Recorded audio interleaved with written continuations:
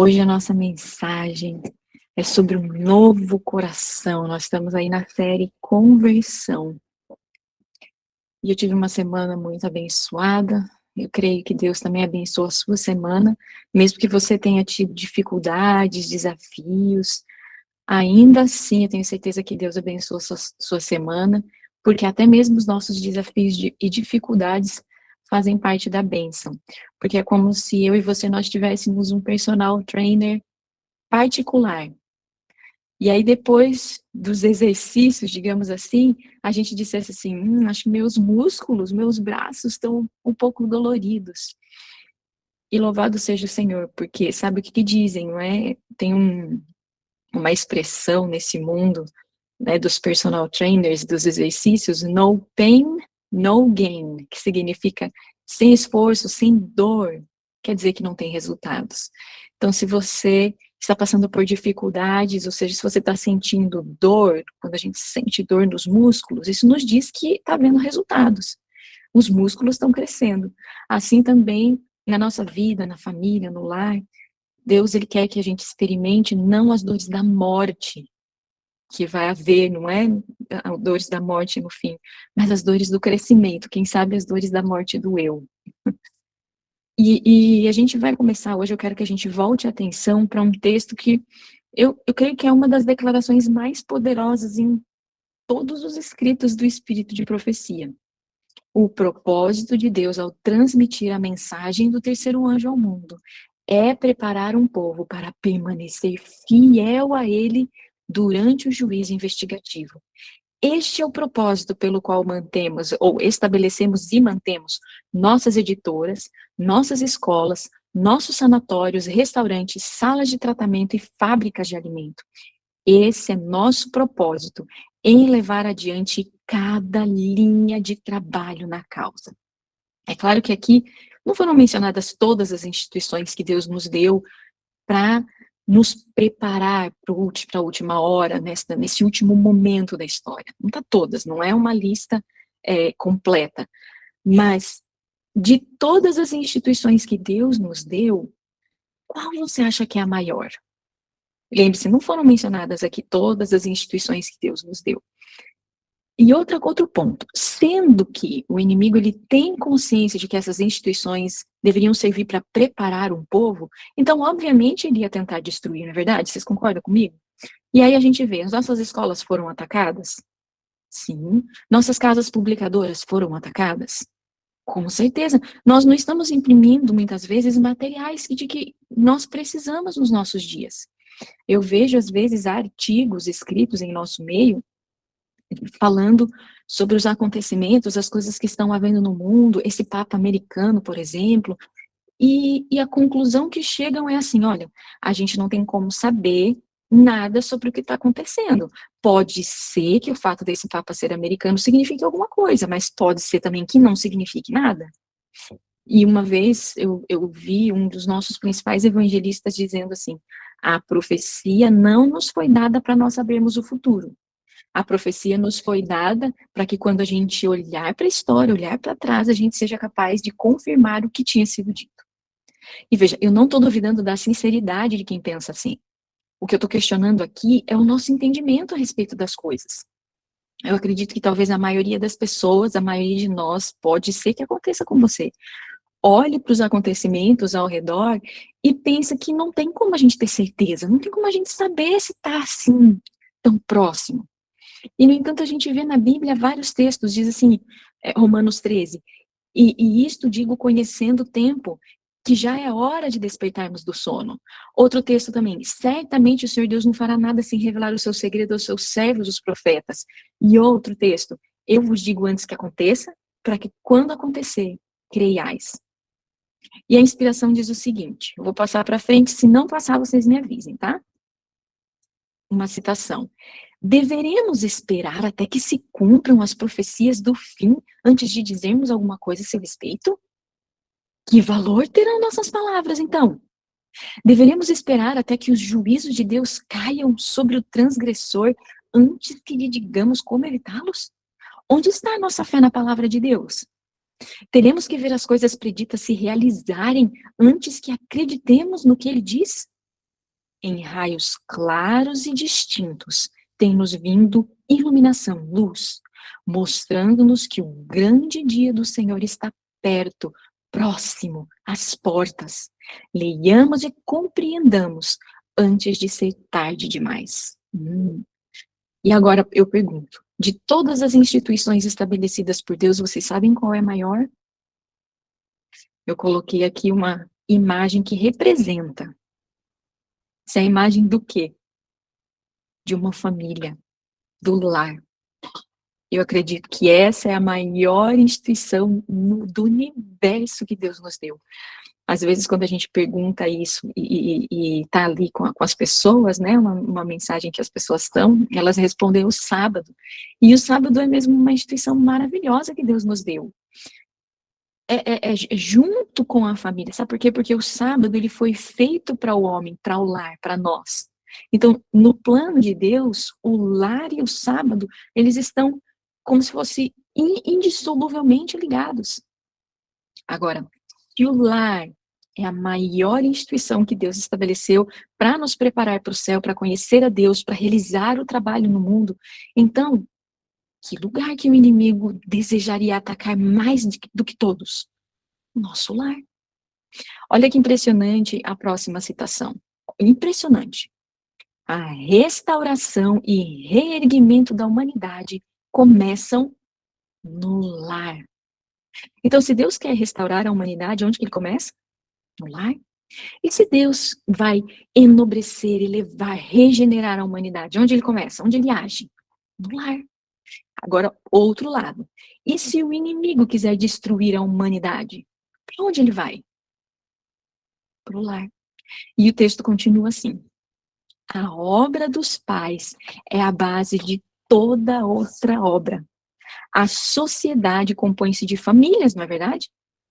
E é o que afastam os chefes de família. E aí cita ali Provérbios: do coração procedem as saídas da vida.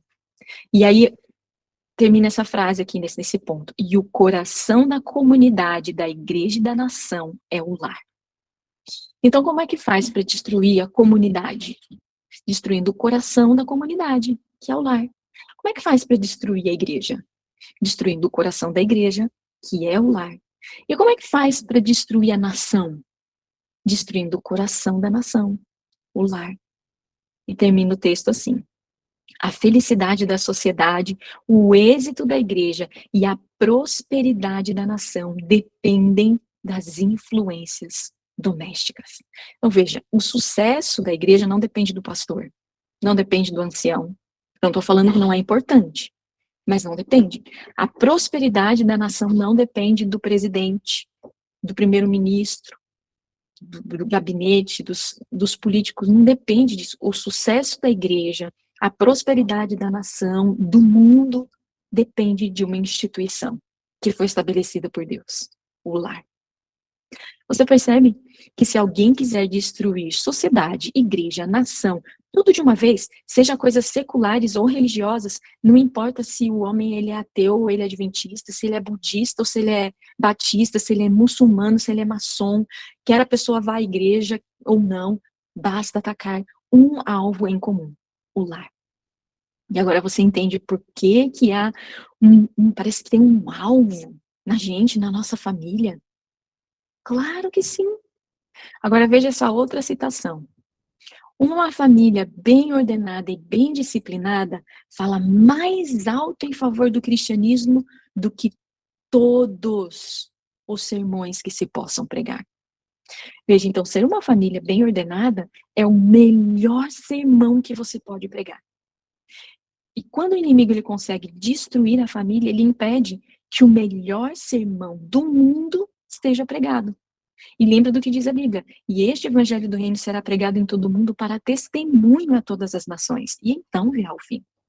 Mas quando o inimigo ele consegue destruir a família, ele consegue impedir justamente o melhor sermão do mundo, o testemunho de uma família bem ordenada. E com isso ele consegue impedir o fim. Entende a sequência das coisas? E o texto continua. Uma família assim dá prova de que os pais foram bem-sucedidos no seguir as instruções de Deus. Então, para sermos uma família bem ordenada, há instruções. Instruções de Deus. E devemos seguir as instruções dele. Ele tem um projeto, um plano. Você não precisa ficar adivinhando nada, ficar conjecturando as coisas. Ele tem um plano, um projeto, um mapa. E diz assim: a maior prova do poder do cristianismo que se pode apresentar ao mundo é... Veja, eu parei aqui justamente para a gente analisar essa frase. A maior prova. Pense nisso. Não é assim, uma das provas, uma grande prova. Não. A maior prova. Isso significa que você não tem como você apresentar uma evidência mais importante, mais significativa do que esta. Qual é? Uma família bem ordenada, bem disciplinada. Se o inimigo quer remover evidência, a prova, basta atacar a família, o lar. Você entende por que a minha casa, a sua casa, o meu lar, o seu lar, são alvo do ataque de Satanás? E continua assim esse texto. Isso, uma família bem ordenada, bem disciplinada, recomendará a verdade como nenhuma outra coisa poderá fazer, pois é um testemunho vivo do seu efetivo poder sobre o coração. Então, não importa quantos argumentos a pessoa possa ter, quantos textos ela possa ler, quantas citações ela apresente, nada disso é mais importante, mais poderoso, mais forte do que a nossa casa parecer exatamente como o céu. Por isso que a obra mais importante que nós podemos fazer enquanto nós estamos nos preparando para a vinda de Jesus é colocar o nosso coração e a nossa casa em ordem. Você entende? E nós sabemos que não resta muito tempo. Nós já falamos na semana passada sobre esse Papa Leão XIV, falando sobre construir pontes. No primeiro discurso que ele fez, ele falou que ele queria construir pontes. E nós temos o conselho inspirado. Ao nos aproximarmos da última crise, é de vital importância que haja harmonia e união entre os agentes do Senhor. O mundo está cheio de tempestade, guerra e violência. Contudo, ao mando de um chefe, o poder papal, o povo se unirá. E agora eu quero fazer uma pergunta. Esse Papa, que, aliás, já o anterior, mas esse, está tentando unir todo mundo agora? Com certeza ele está. Com certeza. Quando Kennedy foi eleito em 1960, tornando-se o primeiro presidente católico dos Estados Unidos, a religião dele, por ser católico, provocou uma grande preocupação no país, especialmente entre os protestantes, e é um país protestante. E muitos tinham medo de que esse presidente católico agora ficasse sujeito às influências do Papa. E a resistência foi tão grande que, durante a campanha, ele precisou afirmar publicamente que ele governaria com independência. Ele não ia receber ordens políticas da Igreja de Roma. E ele disse assim, ele teve uma frase que ele disse assim: eu não falo pela minha igreja em assuntos públicos. A igreja não fala por mim. Então, veja, naquela época, pouco tempo atrás, havia um distanciamento muito maior entre Estados Unidos e Papado. Os dois nem sequer mantinham relações diplomáticas formais, como a gente vê hoje. Já na era do Papa Francisco, o cenário já foi muito diferente daquele de 1960. Em 2015, por exemplo, ele foi convidado a falar no Congresso, a gente já viu isso em outro momento. E ele se tornou o primeiro Papa da história a discursar diante de uma sessão ali, em que tinha a Câmara e o Senado. Isso mostra que, embora o Papa Francisco e Trump eles tivessem divergências públicas, e não tinha proximidade política entre os dois, o papado, mesmo assim, o papado não enfrentava a mesma resistência que havia no passado.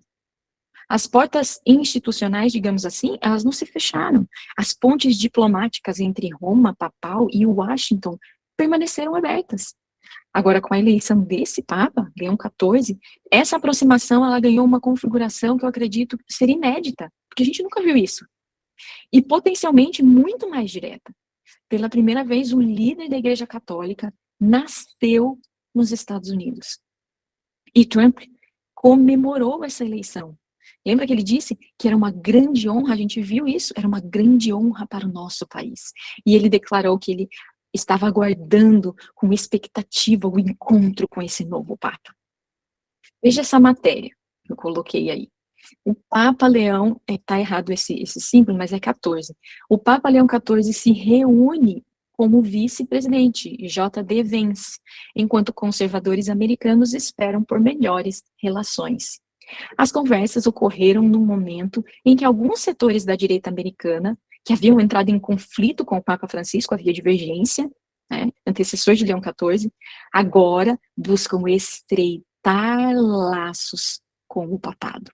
Interessante. Não foi bem isso que a profecia nos disse que teria que acontecer? Que teria que haver, vocês lembram do texto? Estender a mão sobre o abismo que os separava, para que tivessem um relacionamento melhor, para que não houvesse esse distanciamento entre eles? Agora vejam o que diz a matéria. A matéria de 19 de maio de 2025, diz assim: o Papa Leão XIV se reuniu com o vice-presidente em um encontro a portas fechadas no Vaticano na manhã de segunda-feira. A primeira conversa privada entre os dois católicos mais proeminentes dos Estados Unidos desde a eleição do novo pontífice. E que isso nos mostra? Que as coisas mudaram. Essa administração está tentando fazer o Papa vir. Na verdade, inclusive, o presidente Trump mandou uma carta para o Papa Leão, por meio do vice-presidente, convidando ele a ir para os Estados Unidos e ter esse encontro. Eles estão tentando ter um relacionamento melhor. Assim como o Apocalipse diz, pouco antes da aprovação de um decreto dominical, tem que haver uma aproximação. Agora, adivinhe o que disse essa mesma publicação. O que está sublinhado de azul, diz assim: essas conversas foram cordiais e reafirmaram as boas relações bilaterais de um lado e de outro. E o que foi discutido? Isso eu coloquei aqui. Foi discutida a colaboração entre igreja e Estado. Olha isso o que foi discutido. Bem como algumas questões de especial relevância para a vida eclesial e a liberdade religiosa, afirmou o comunicado do Vaticano. Se alguma vez houve um tempo para nós nos prepararmos, é quando, meus irmãos? É agora.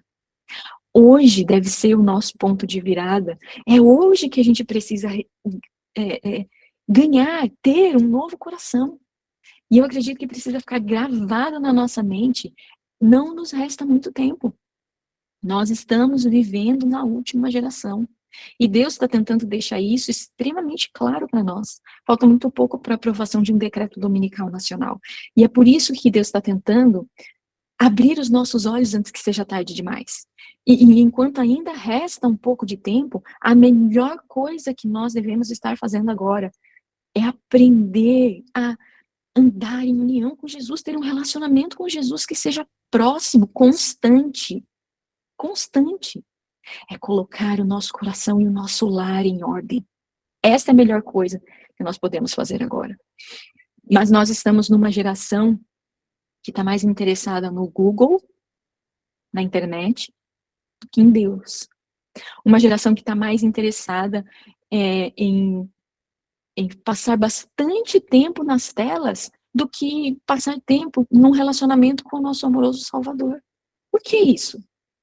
Porque o inimigo, ele sabe muito bem que se a gente tiver um relacionamento com Cristo, o poder dele sobre nós é quebrado. Ele não consegue dominar a nossa vida. E é por isso que nós devemos cuidar das distrações. Eu digo aqui em casa que as boas distrações é que o inimigo precisa nos apresentar. Se for uma coisa muito ruim, como é que o inimigo vai entrar na minha casa? A gente não assiste TV, a gente não tem livros do mundo, a gente não ouve as músicas do mundo. Ele não vai tentar a gente a fumar, a beber, a matar, a roubar. E ele nem precisa fazer a gente cair nesses grandes pecados. Eu digo aqui em casa, basta nos distrair com boas distrações até que seja tarde demais. É só ele conseguir fazer a gente ficar focado, por exemplo, no trabalho. O trabalho é uma coisa boa. É só ele conseguir fazer a nossa mente estar em outro lugar, fazer a gente se esquecer de Deus. E eu vou ser honesta com você agora. Nós estamos nesse ponto. Nós somos uma geração, uma nação, uma civilização, uma igreja que se esqueceu de Deus enquanto continua falando nele. Nossas palavras estão cheias de frases bíblicas, mas nós não estamos aprendendo, são palavras vazias. É uma alta profissão de fé e muitas vezes é uma baixa piedade prática, a vida não acompanha. E nós somos bem zelosos, mas destituídos de amor. E agora, será que isso é verdade só no Brasil? Ou em todas as nações do mundo? Será que é só no Brasil que as pessoas estão se esquecendo de Deus, inclusive os cristãos? Eu penso que todas as nações do mundo se esqueceram de Deus. Mas a razão pela qual isso é importante é porque quando você olha para a história, você vê que sempre que uma nação, uma civilização ou uma geração se esquecia de Deus, meus irmãos, era sinal de que aquela nação, aquela geração, aquela civilização estava para enfrentar uma consequência, as consequências, digamos assim, das próprias escolhas. Estavam prestes a enfrentar uma calamidade, estavam prestes a enfrentar uma crise. Foi assim na antiga Babilônia, quando eles se esqueceram de Deus, veio uma crise. Lembra também do Antigo Egito, veio uma crise. Você lembra como que Faraó, ele falou assim, quem é o Senhor? Quem é o Senhor para que eu deixe o povo ir? Nesse momento, eles estavam para entrar numa crise nacional. Isso foi verdade na Grécia, em Roma, Sodoma e Gomorra, e é verdade ainda hoje. E Deus, ele precisa permitir que os seus juízos caiam sobre a nação que se esquece dele. E precisa permitir que você escolha e eu escolha. Nós precisamos escolher. E ele precisa permitir que as decisões elas sejam tomadas até as últimas consequências. Quando uma nação escolhe continuamente se afastar da verdade, continuamente se distrair, se afastar do amor, se afastar da justiça, está escolhendo o pai da morte. E as consequências não podem ser diferentes de morte e destruição. Às vezes as pessoas dizem assim, então quer dizer que se a gente não obedecer a Deus, ele vem e destrói a gente. Como a gente tem que ter mais sabedoria, né? Sabe por quê? Porque é a mesma coisa. Quem é o doador da vida? É o nosso Deus. Aí a mesma coisa de você, a pessoa ela está ligada a uma máquina, vamos colocar assim. Você já viu as pessoas que estão vivas por conta de uma máquina? A máquina faz o coração bater ou o pulmão funcionar, enfim, não sei direito como funciona, mas ela só está viva porque está ligada a uma máquina, que é o que está segurando a vida dela. Você já viu pessoas que ficam assim? É a mesma coisa de você tirar a máquina da tomada e querer que a pessoa viva. Como é que a gente se desconecta do doador de vida e quer continuar vivo? E para a gente entender que isso é verdade, quando uma nação se desliga de Deus, escolhe continuamente, até se endurecer no esquecimento de Deus, vem uma destruição, que eu coloquei alguns textos da Bíblia que dizem isso. Salmo 9:17 diz assim, os ímpios serão lançados no inferno, e todas as nações que se esquecem de Deus. Então, quando uma nação se esquece de Deus, ela é lançada no inferno. Não há como uma nação esquecer de Deus e prosperar. E sabe o que eu vou dizer para vocês? É justamente para esse lugar onde nós estamos seguindo no Brasil agora. Nós estamos seguindo o caminho de Babilônia, seguindo o caminho da Grécia, seguindo o caminho do Egito, o caminho de Roma, Sodoma e Gomorra. E a única coisa que pode acontecer é que a nossa nação seja arruinada, como todas as outras nações já foram. E será que é só no Brasil? Eu acredito que não. Veja Isaías 60. Eu quero mostrar que sempre que uma nação chega a este ponto, você está olhando para uma nação que não está caminhando para a prosperidade. Pode até dizer paz, paz. Mas repentina destruição virá. Como o presidente Trump, ele disse que agora era a era de ouro da nação. Como é que você pode dizer que você está caminhando para a prosperidade, para a era de ouro, enquanto rejeita Jesus? Veja Isaías 60. 60:12. Porque a nação e o reino que não te servirem perecerão. Sim, essas nações serão de todo assoladas, totalmente devastadas. Você se lembra? Lá, os homens de Faraó, quando eles estavam no Egito, o Egito era naquela época a nação militar mais forte, a nação economicamente mais forte daquele tempo. E você se lembra do que os discípulos disseram para Faraó, depois que, a hora que Deus estava lançando os juízos sobre eles, eles disseram assim: por acaso você não sabe que o Egito está destruído?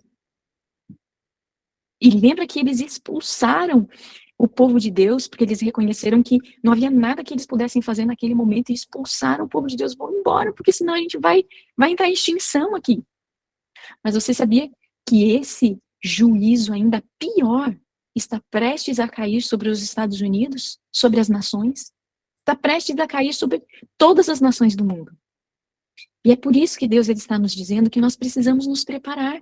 E Ele nos deu uma mensagem que pode preparar o mundo para que os outros também possam se preparar e escapar dos juízos, da ira de Deus. E esse é o propósito de toda a mensagem do terceiro anjo. Você se lembra que a gente leu? O propósito de Deus ao transmitir a mensagem do terceiro anjo ao mundo é preparar um povo para permanecer fiel a Ele durante o juízo investigativo.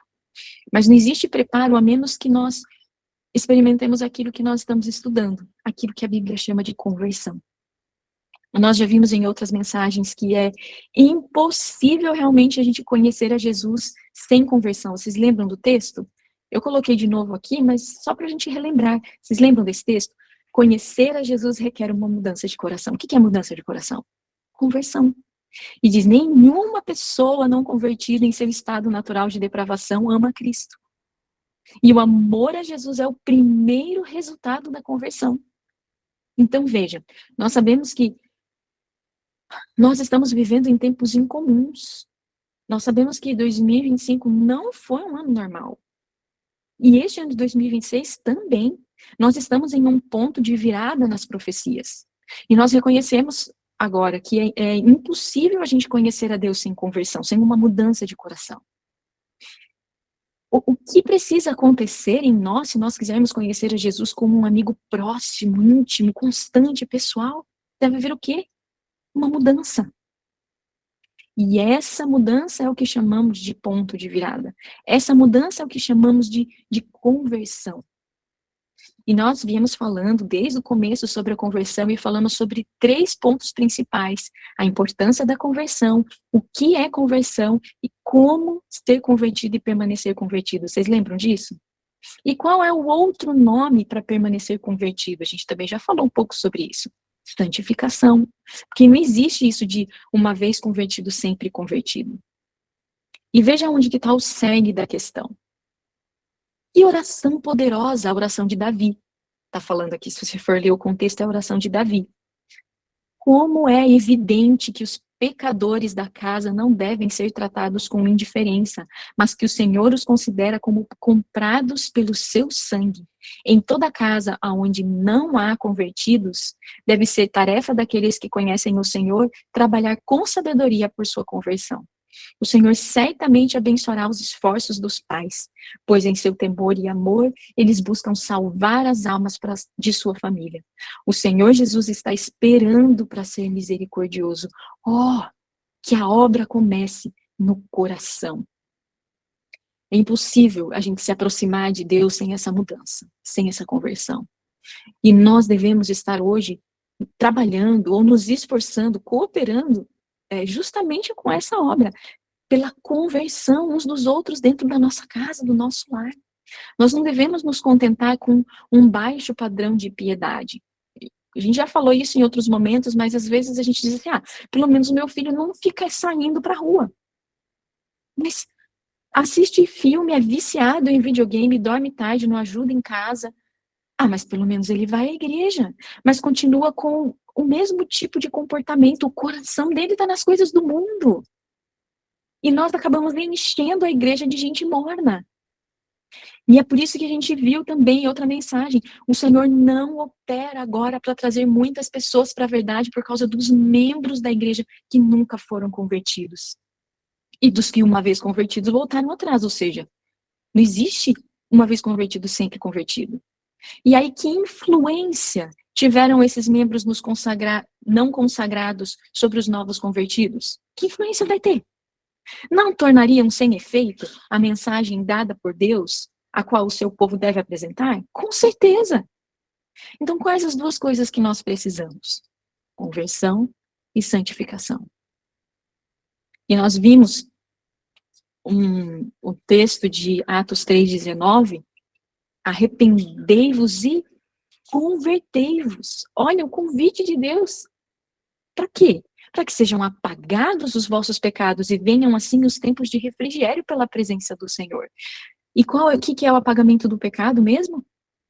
É a purificação do santuário.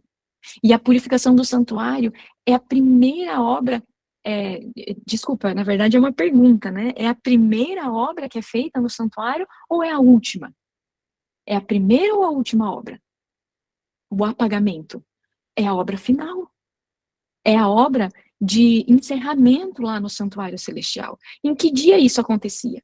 Vocês lembram? Era no dia da expiação, ou seja, é justamente aquilo que antecede a volta de Jesus.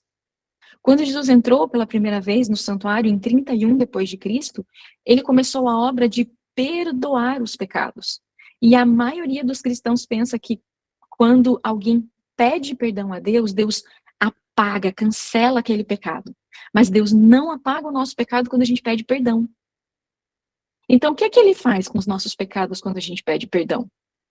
E sabe, é uma coisa maravilhosa, preciosa, como que nós, os adventistas do sétimo dia, a gente não tem que inventar nada. Nenhuma vírgula, nenhum pontinho daquilo que a gente acredita. Porque tudo aquilo que a gente acredita está na palavra de Deus. Então, a gente não precisa inventar nenhuma linha, nada.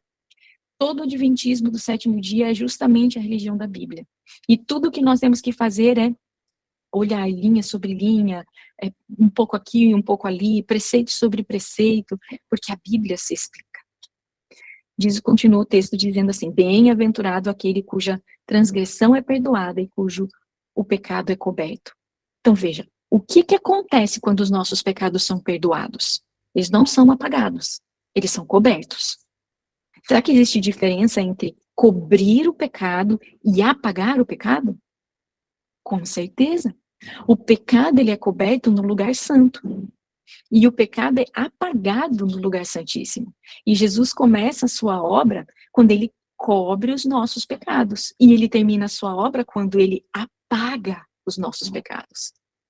Agora, qual a diferença básica, então, entre cobrir e apagar? Esse não é o nosso estudo hoje, mas eu vou dizer uma coisa para vocês. A diferença entre essas duas coisas está entre o protestantismo e o adventismo do sétimo dia.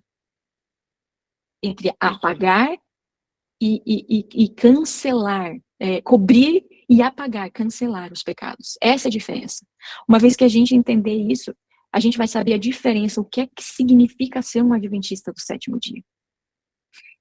Essa é a diferença entre a ideia evangélica de salvação, de redenção, e o adventismo do sétimo dia, que é a verdade bíblica. Então, nós temos que entender o apagamento do pecado, a purificação do santuário celestial. Volte a Atos 3,19. Quando os pecados eles estão sendo apagados, vêm os tempos de refrigério. Não é verdade? Para que sejam apagados os vossos pecados e venham assim os tempos de refrigério. Na natureza, o que ajuda a gente a entender esse símbolo de refrigério? Não é a chuva, as águas. E quando você está lá cuidando da sua horta, e você já viu isso? Quem cuida de horta sabe disso.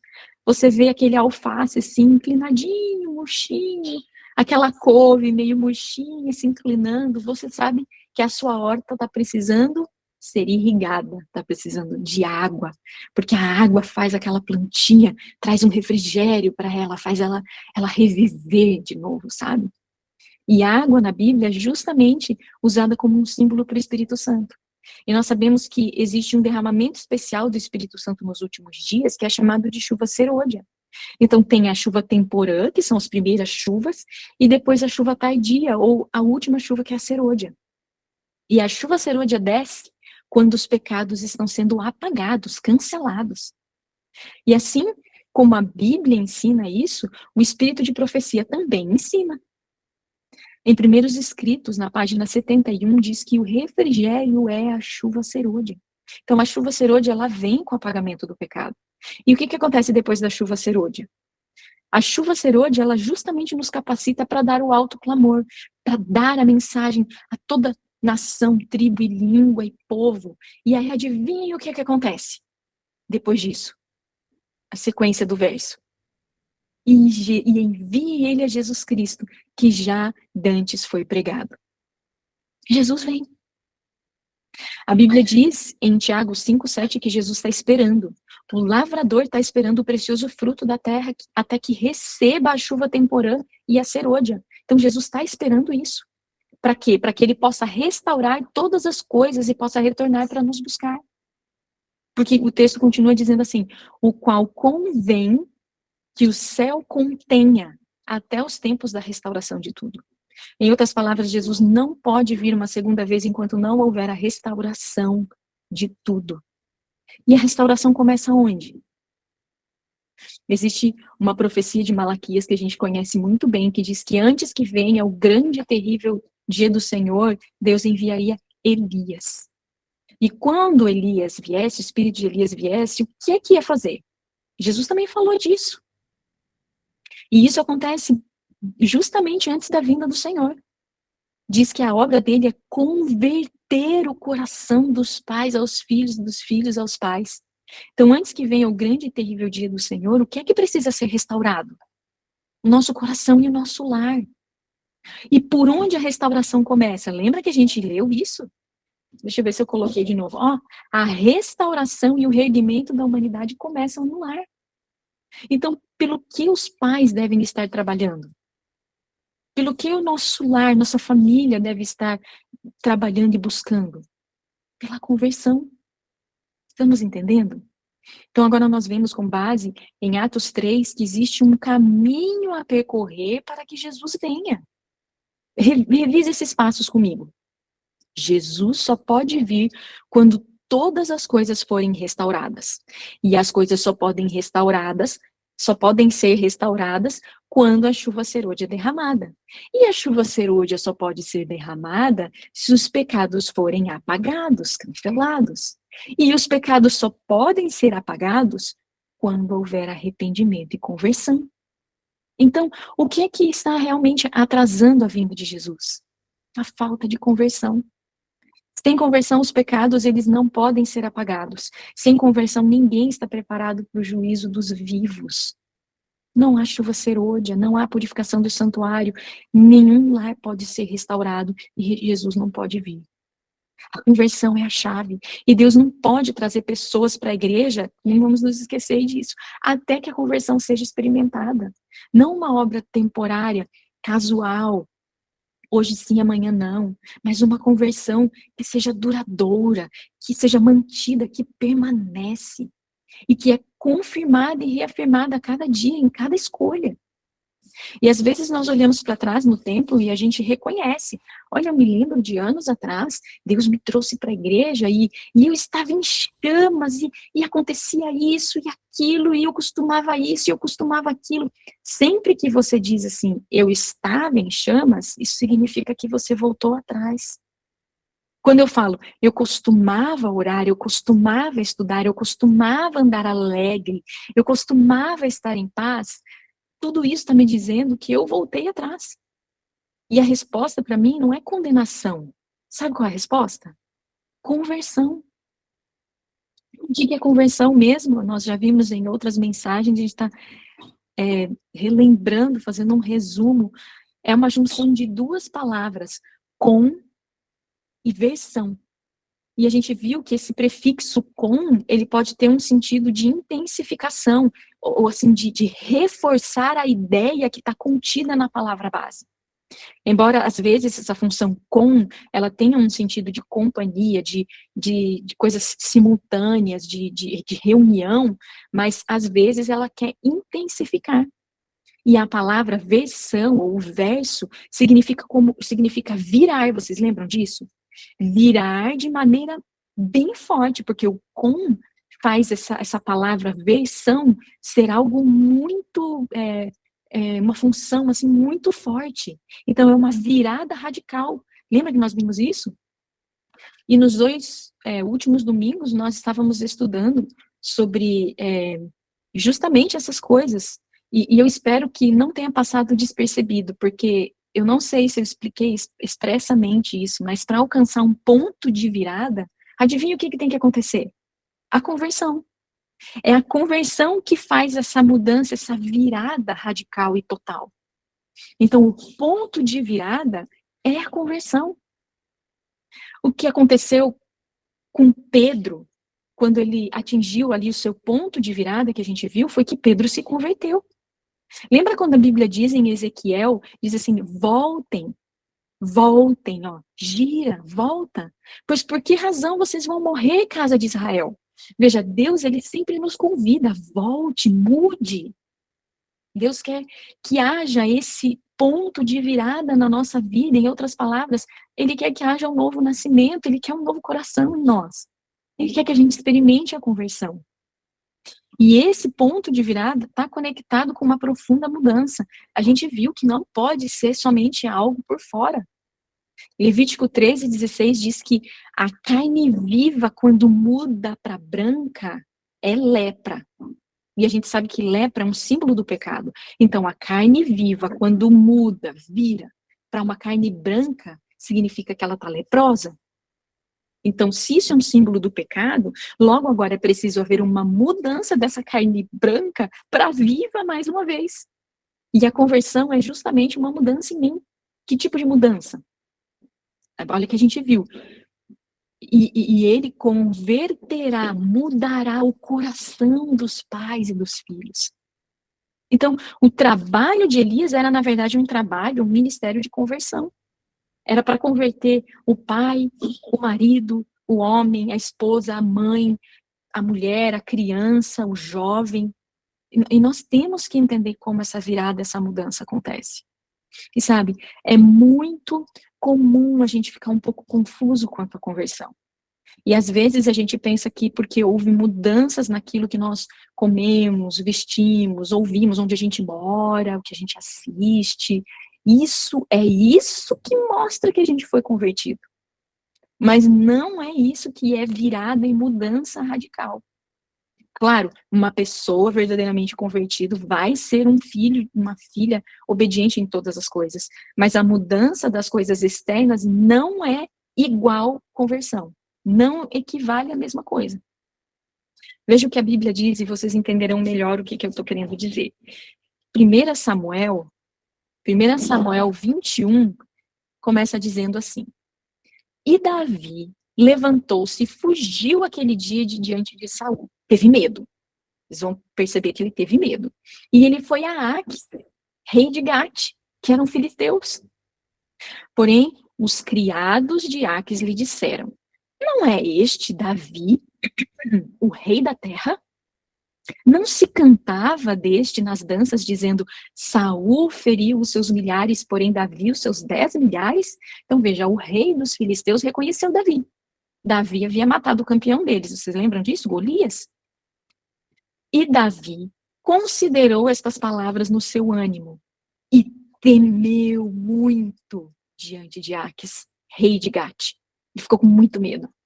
E olha essa frase: por isso se contrafez diante dos olhos deles. Algumas versões dizem assim: por isso ele mudou o seu comportamento diante deles.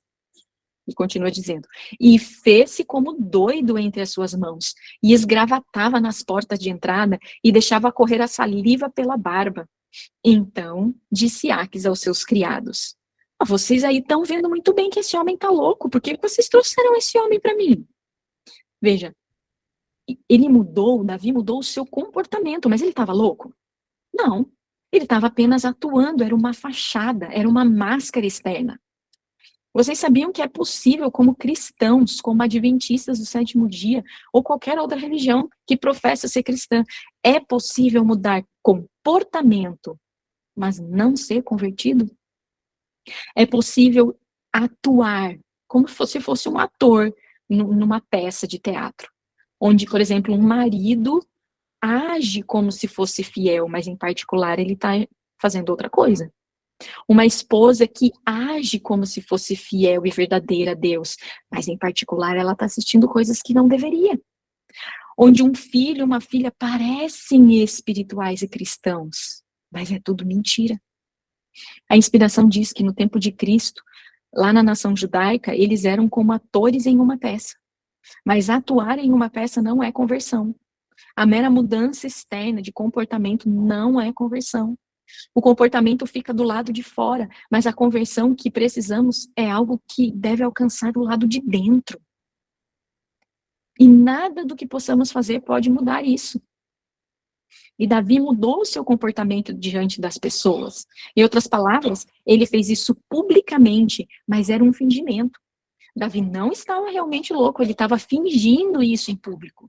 E é isso que a conversão é para a maioria das pessoas. É uma pretensão em público. Se arruma direitinho, vai lá para a igreja, devolve os dízimos, mas na igreja, na sociedade, as pessoas pensam que elas são diferentes, mas secretamente tem pecados calentados na vida. E na família, às vezes é uma coisa totalmente diferente. Ou às vezes, mesmo na família, ela atua, mas na vida particular tem muitas coisas que ninguém sabe. Isso não é conversão. E é isso que está atrasando a vinda de Jesus. É isso que está impedindo Deus de trazer novos conversos para a igreja. É isso que está impedindo o sucesso, a prosperidade do lar. É pela conversão que nós devemos estar trabalhando agora. Nossos esforços devem ser por isso. Não uma mudança de comportamento apenas, algo externo, mas uma mudança de coração. Faz sentido? E tudo o que o Espírito de Profecia diz, a Bíblia diz. Tudo que a Bíblia diz, o Espírito de Profecia diz. Vocês conseguem ver claramente? E o Espírito de Profecia diz assim: como o fermento misturado à farinha opera do interior para fora, assim é pela renovação do coração que a graça de Deus atua para transformar a vida. Nenhuma mera mudança externa é suficiente para nos pôr em harmonia com Deus. Nenhuma. Muitos há que procuram reformar-se, corrigindo este ou aquele mau hábito, e esperam desse modo tornar-se cristãos. Mas estão começando no lugar errado. Nossa primeira tarefa é com o coração. Veja, nenhuma mera mudança de comportamento é suficiente para nos colocar em harmonia com Deus. E diz que muitos estão esperando se tornar cristãos e convertidos mudando comportamentos. Mas isso não nos fará cristãos. Isso não nos converterá. Agora, nosso comportamento precisa mudar? Sim, claro. Mas não tentando mudar o comportamento. A verdadeira conversão acontece quando a gente aprende, quando nós aprendemos como o coração é convertido. Você entende que nós devemos ir além de apenas o que é conversão? Porque nós podemos ver que é preciso haver uma mudança, não apenas do meu comportamento externo, mas uma mudança do coração internamente, uma mudança radical. Mas quando eu penso que conversão é fazer aquilo, fazer isso, é parar com certas coisas, é começar a fazer outras, então eu posso me mudar. Mas não é isso, conversão não é isso. Agora, devemos sim parar de fazer o que é errado? Sim, mas não é isso que produz a conversão. Veja, há muitos que tentam se reformar corrigindo este ou aquele mau hábito e esperam assim se tornar cristãos, mas estão começando no lugar errado. Enquanto eu estiver tentando mudar por fora, sem primeiro aprender como mudar por dentro, eu estou começando no lugar errado. E sabe o que é que o doce e meigo Jesus me chama se eu fizer assim? Tentar limpar por fora sem limpar por dentro? É muito forte esse texto. Diz assim: fariseu cego, limpa primeiro o interior do copo e do prato, para que também o exterior fique limpo. E sabe o que essa verdade devia fazer a gente entender, levar a gente a entender? Como experimentar a verdadeira conversão do coração e como permanecer convertido. Esse deve ser o nosso estudo. Nós vamos entrar no nosso próximo domingo, nós vamos entrar no cerne de todo o nosso estudo. Vocês querem saber como se converter, como converter o coração? Nós vamos nos encontrar pela graça de Deus no domingo que vem e nós vamos continuar descobrindo. E eu gostaria de orar agora com os irmãos. Nós vamos implorar ao nosso Deus que ele nos purifique por dentro, para que o interior seja puro e santo, e para que o exterior aí então possa ser puro e santo também. Eu vou parar de transmitir. E eu gostaria de convidar você para orar. Se você puder, você se ajoelhe e nós vamos buscar ao nosso Deus.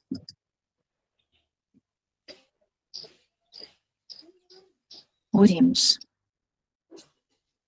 Santo e eterno Deus, Pai querido, graças nós te damos, Senhor. Muito obrigada, Pai, porque o Senhor tem falado ao nosso coração, tem insistido conosco. Muito obrigada porque o Senhor tem repetido verdades à nossa mente, ao nosso coração. O Senhor não desiste de nós. Ó Senhor, louvamos o teu nome por isso. Senhor, nós pedimos que o Senhor faça essa transformação no nosso coração. Mude completamente, Senhor, os nossos desejos, as nossas vontades. Ajuda-nos a entender como permanecer submissos, sujeitos ao Espírito. Nos ajude a entender como não andar mais segundo a carne, mas segundo o Espírito. Querido, derrama o teu Espírito sobre nós. Expulsa da nossa vida tudo aquilo que não te pertence. Ajuda-nos, Senhor. Queremos mais de ti. Por misericórdia, Senhor, ouve a nossa prece. Nós não merecemos, Pai, mas nós precisamos, Senhor. Tu és o nosso Deus, o nosso Pai, o nosso Mestre. Ajude para que isso seja verdade em nossa vida. Ajuda-nos, Senhor, para que durante essa semana nós possamos nos lembrar de cooperar com a obra que o Senhor quer fazer na nossa vida. Nos ajude a buscar veementemente a conversão do coração. Nos ajude, Senhor, a sermos totalmente submissos e como cantamos sempre no começo dessas mensagens, nós queremos entregar tudo a Ti. Não somente algumas coisas, mas tudo. Ajuda-nos, Senhor, a abrir mão dos nossos gostos, das nossas vontades, dos nossos desejos. Vai seguir a Tua vontade. A Tua vontade é melhor. Mesmo que a gente não compreenda todas as coisas, mesmo que a gente não entenda todas as coisas, o porquê, mas nós podemos confiar em Ti. E sabemos que o Senhor é o nosso Deus que nos ama, é sábio, infinitamente melhor é a Tua vontade. Ajuda-nos a crer nisso, Pai. Ajuda-nos na nossa falta de fé. Abençoa-nos nesta semana. Ajuda que cada um aqui possa buscar mais a Tua face. Orar mais. Ler mais, estudar mais. Cooperar mais, Senhor, em família. Colocar nosso coração e nossa casa em ordem. Segurando em Tua mão, confiando em Ti plenamente. Ajuda-nos, Pai. Oramos assim em nome de Jesus. Amém.